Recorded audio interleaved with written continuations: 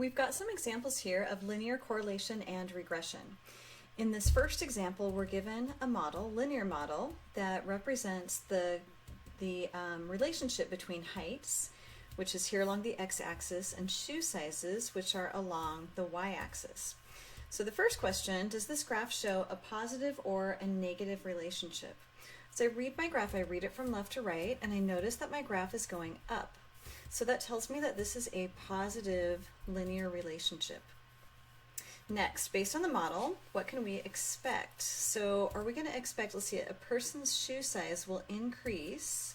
So I'm just going to grab two nice points here. So I've got a nice point right here at 0, 1. And I also have a nice point, here's another one right here.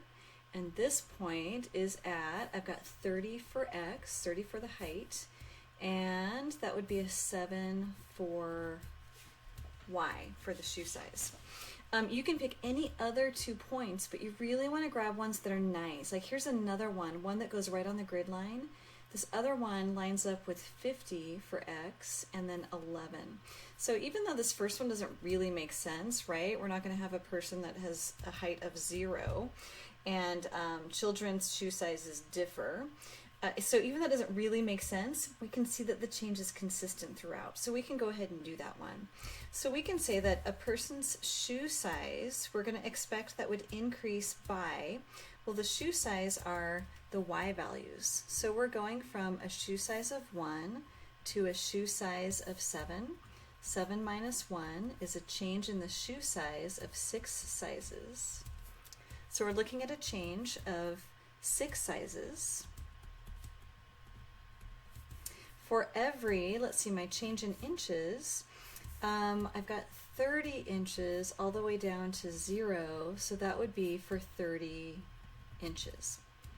We want to calculate the slope as a rate of change. If you're familiar with just regular old slope, that would be the change in the y direction divided by the change, delta is my change in the x direction.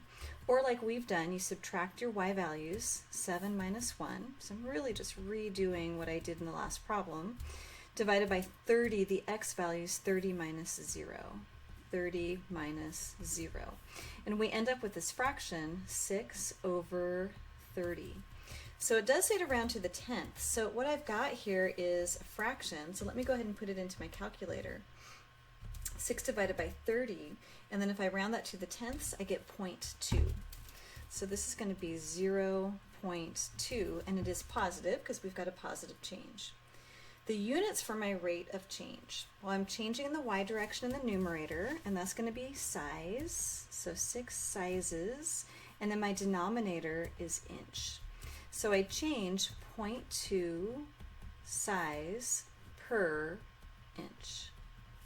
I want to show you just one more thing while I'm at the 6 over 30. If you happen to have a question that wants that rate as a fraction instead of as a decimal, you can go ahead and take the 6 divided by 30, and instead of hitting enter to get a decimal, you can go to your math menu and ask it to convert to a fraction. It's already a fraction, but it reduces it for you. And then it gives you the reduced fraction of 1/5. This one wanted a decimal, but you can also get a reduced fraction out of your calculator. Okay, question number 2. So in question number 2, we've got another relationship. This time, we're looking at the relationship between how far away somebody lives from home versus how much time they spend either on the phone or in person with their family per week. So what is the slope as a rate? So I want to go ahead and just dive in and compute the slope. So again, I want 2 nice points. This is a really nice point right here. This point gives me 0 for x, and that's going to be 900 for my y, or for my distance from home. And I can look through my line, but gosh, there's another one there, which is my x-intercept. This guy right here has 9 for x and a distance of 0. Oh, actually not 9, that would be 7, right? Between 6 and 8, 7. So I can go ahead and compute the slope, which is my rate. So my slope is the change in the y direction. So I'm going to subtract my y's, 900 minus 0, divided by the change in the x direction.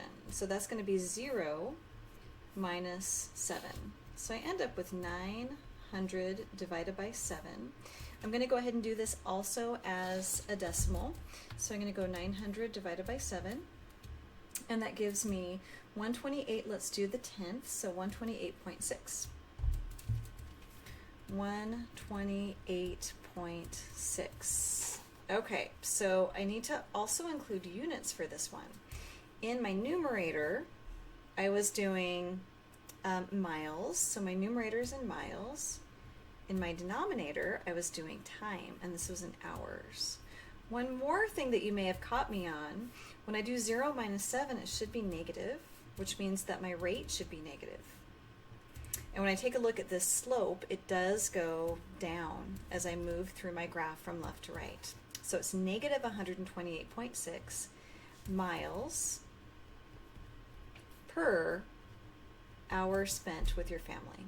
It's not a driving rate, but anyway, miles per hour. All right, so part B.